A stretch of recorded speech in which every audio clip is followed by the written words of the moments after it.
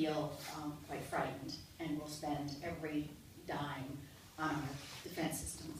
I've also learned that we don't have any kind of audit of Pentagon spending. So I would like to know how you feel about that. That is, you have asked a very important question, which touches on a number of issues. The American people are frightened, and for good reason. We have to be honest with ourselves and acknowledge that international terrorism is real, and there are people out there who want to do us harm. That's a fact. I wish I didn't have to tell you that, but you know that to be true. So, we have got to do, in my view, everything that we can to destroy ISIS, but we have to do it in a way that is smart. Now, I know it's easy to get votes by telling the world how tough you are, but I was in the U.S. House in 2002, and I heard how tough George W. Bush and others were. They were really tough.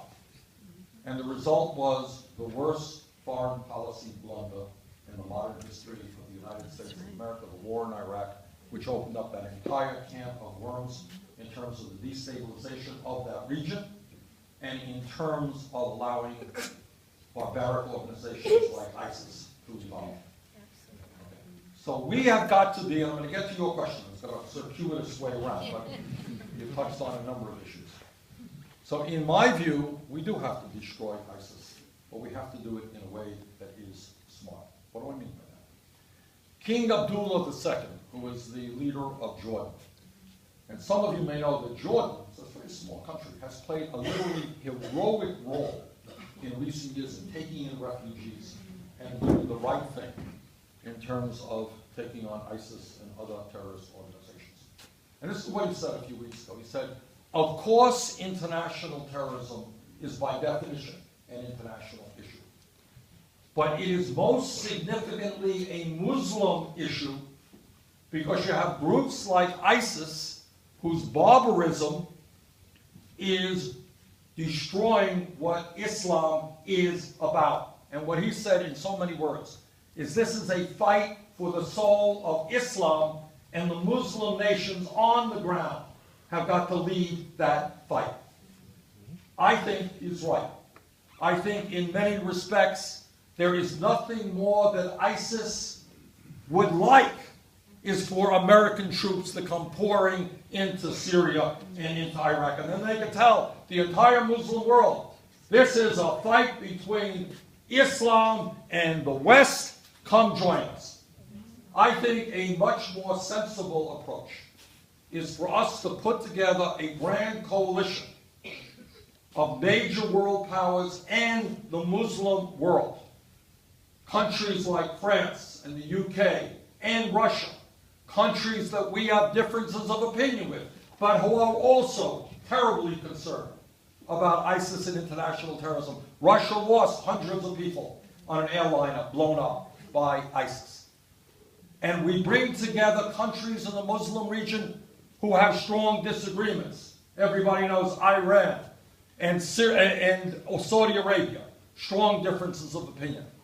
But we bring them together with the one common goal right now of focusing on destroying ISIS.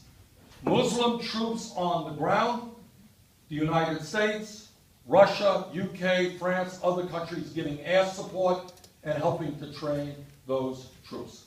I think that is the way forward in order to successfully destroy ISIS and to make certain that we do not get involved in perpetual warfare in the Middle East. My nightmare.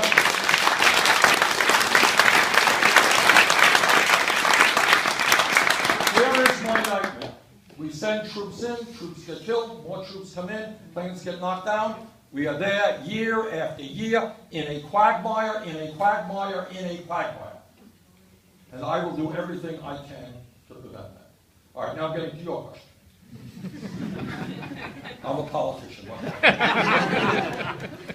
It turns out that the United States spends more money on defense than the next 8 nations. Okay, that's a fact. It turns out that you're absolutely right, that the U.S. Department of Defense is the only major federal agency that cannot sustain an independent audit. So you go there and you say, well, how much are we spending on contractors? We really don't know. Don't know. Et cetera, et cetera. What we also know is that if you look at defense contractors and their relationship to the Department of Defense, time and time again, huge cost overruns. Oh, we'll build this weapon system for you for $5 billion. Well, it turns out that it's $15 billion. It also turns out that many of the major defense contractors have been convicted of fraud or have reached settlements with the government to avoid fraud prosecution. So what do we need to do? We need to, in fact, do a strong audit of the Department of Defense. I voted against the Department of Defense authorization. I think too much money was in it. I think that what we also need to do is look at the Department of Defense in terms of what the problems are we are facing today. Some of my friends seem not to have understood that the Soviet Union is no longer in existence. That we don't need to defend ourselves against the Soviet Union. That right now international terrorism is our main enemy, and we should be focusing on that. And I'm not sure that we are doing that. So a lot of money is being spent in ways that should not be spending. We should not be spending. In fact, we are not spending money in other areas where we should be spending money. But at the end of the day, I think we can create a much more lean and efficient Department of Defense than is currently the case. Okay, other questions? Yep.